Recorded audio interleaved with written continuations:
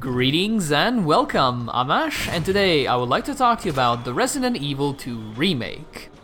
Before we begin, it is worth mentioning that I will only be using footage from the first 3 to 4 hours of gameplay, so if you're worried about spoilers or me ruining any sort of surprise, worry not, as I'll try my best to avoid it. And with that said, let us begin. Unlike the most recent Resident Evil 1 remaster, the Resident Evil 2 remake is not exactly a faithful recreation of the original horror classic.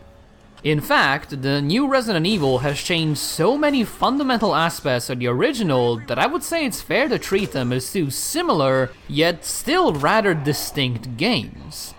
However, while the Resident Evil 2 remake has definitely altered the formula, I am very glad to say that it not only manages to reach all of the same heights as the original, but occasionally even exceed them. So if you're curious about where exactly the two versions differ, as well as what the Resident Evil 2 remake has to offer, allow me to share my thoughts now that I spent a good chunk of time exploring its zombie-infested hallways. The most obvious difference between the two versions can be found in the camera and movement controls. While the original had preset cameras and incredibly clunky tank controls, the Resident Evil 2 remake has gone with a more modern third-person movement, aiming, and camera systems.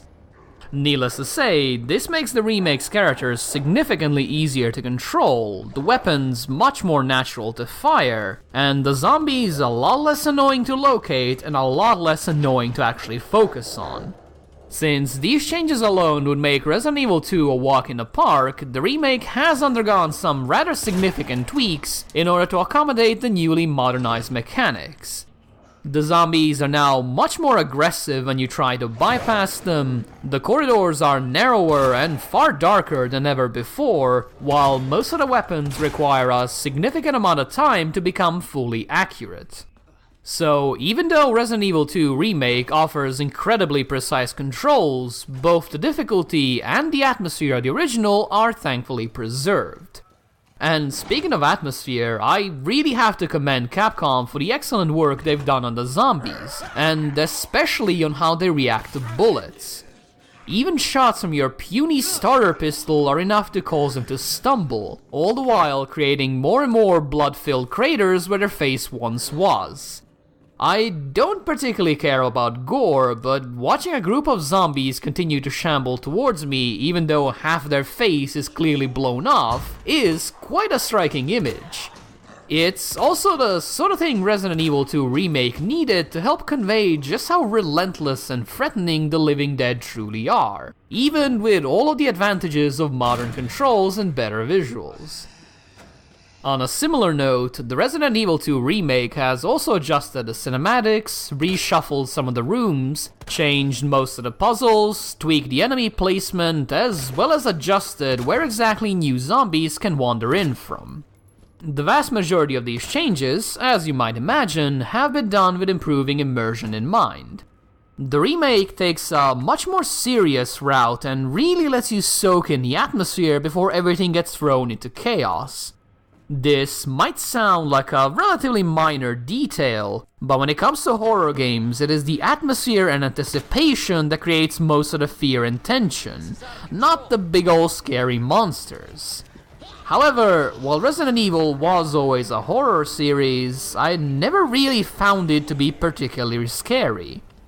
This was partially because you could answer any problem with overwhelming firepower, and partly because the low-res zombies were just goofy enough to always remind you that yes, you are playing a video game. So you can imagine my surprise when I loaded up the Resident Evil 2 remake and found myself rather tense and on edge from the very beginning. Some of the once brightly lit rooms are now nearly pitch black and riddled with gore. The loading screens that once protected players are nothing more than flimsy doors that can be bashed through, and the previously goofy zombies have been transformed into ones that are just realistic enough to trigger that primal "nope, I am outta here" response in me. Even though the controls are much more fluid and the aiming mechanics significantly easier, I actually ended up panicking on more than one occasion as zombies broke through doors, windows, and everything in between in order to try and chomp on my face. An unpleasant situation to be sure, but it really did make me appreciate the finer points of route planning and ammo management.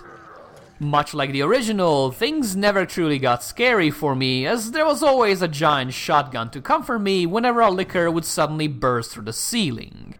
It was unnerving and highly stressful at times, definitely, but there was nothing that genuinely horrified me or even made me look away from the screen in sheer terror. Even the gore was done in such a way that I could only really gawk at it and go whoa like some sort of caveman.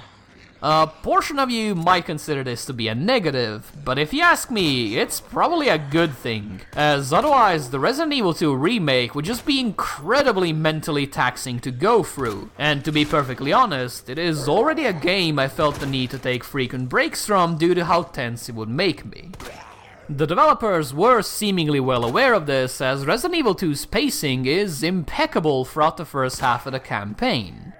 You're constantly doing small tasks that send you all over the police station, yet never far enough that you can't return to safety in a couple of minutes and just take a breather.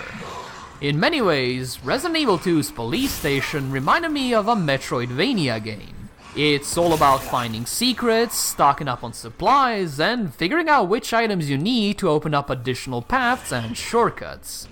While you're doing this, you're almost certainly backtracking through areas you've previously explored. Areas where the zombies may have risen up once again, or simply wandered in through windows you didn't yet board up. You can try and fight the zombies each time you go through the area, but given your constantly diminishing supply of ammo, as well as the living dead's tendency to get up unless you get lucky and blow up their head, Resident Evil 2 really encourages you to try and avoid as many of them as possible.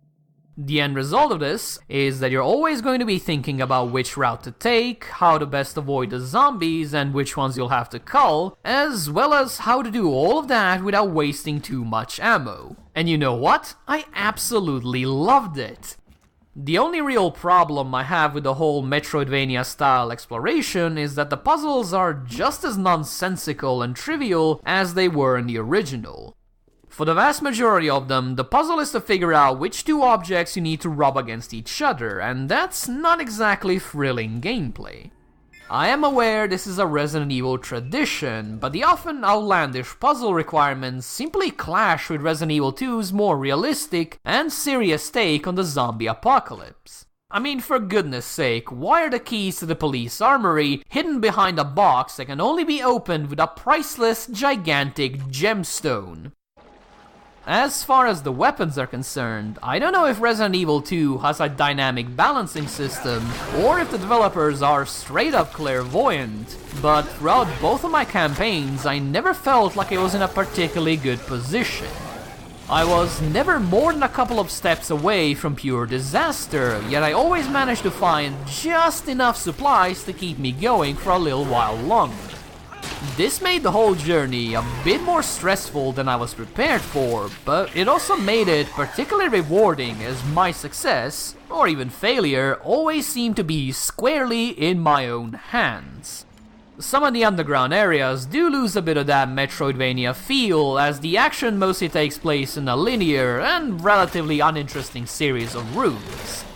It is an unfortunate blemish on Resident Evil 2's otherwise immensely enjoyable world design, but I can't exactly fault the remake here, as this is a problem that stems directly from the original Resident Evil.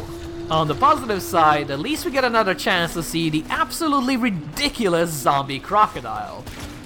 Rather than dwell on something that was set in stone from day one, I would like to instead mention that the Tyrant, one of Resident Evil 2's most iconic and terrifying adversaries, has made the transition into the remake with resounding success. Once again, I won't show much of the Tyrant, as I really want you to experience this on your own, but if the rest of Resident Evil 2 made me tense, it is the encounters with the Tyrant that push me well over the edge into sheer panic.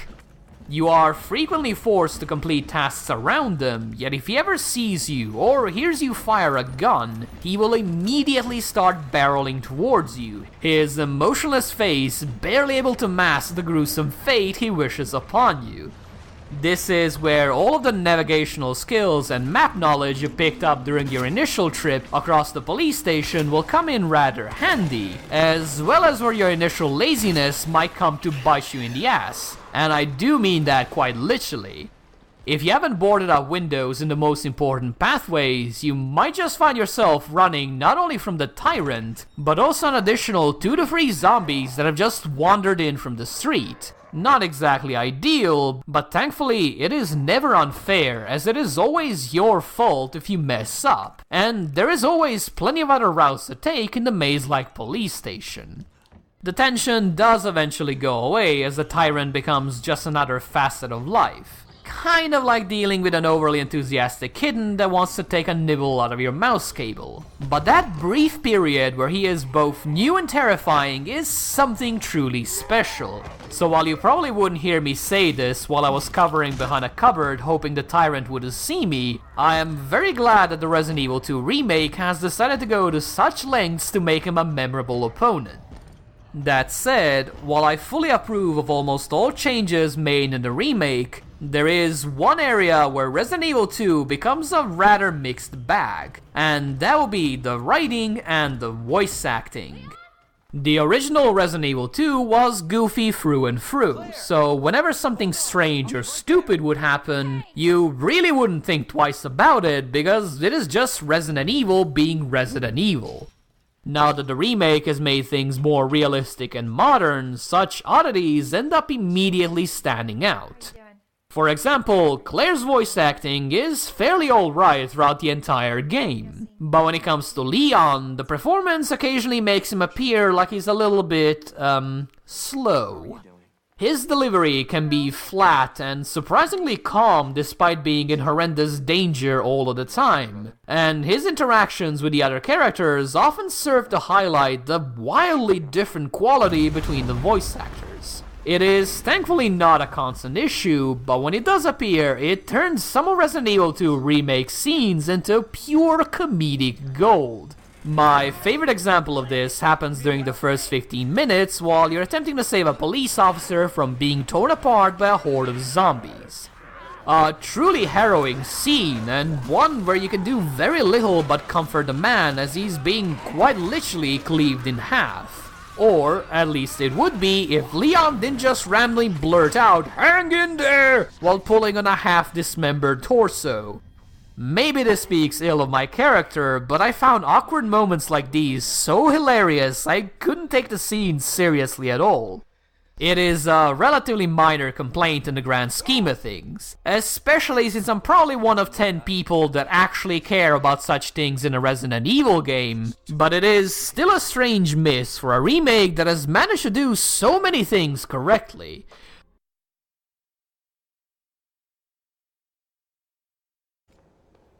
While Resident Evil 2 is not as faithful of a remake as its Resident Evil 1 predecessor was, it is without a doubt an excellent Resident Evil game and one that successfully embodies the spirit of the original. With no hand-holding and a surprisingly balanced difficulty, the Resident Evil 2 remake manages to stay tense and interesting from the very beginning to the very end, all the while providing plenty of reasons to wander through the zombie-infested police station and everything that lies beyond. It does occasionally stumble, but with a rock-solid atmosphere and a rather impressive amount of post-game content, I've still not found a reason to put my copy down.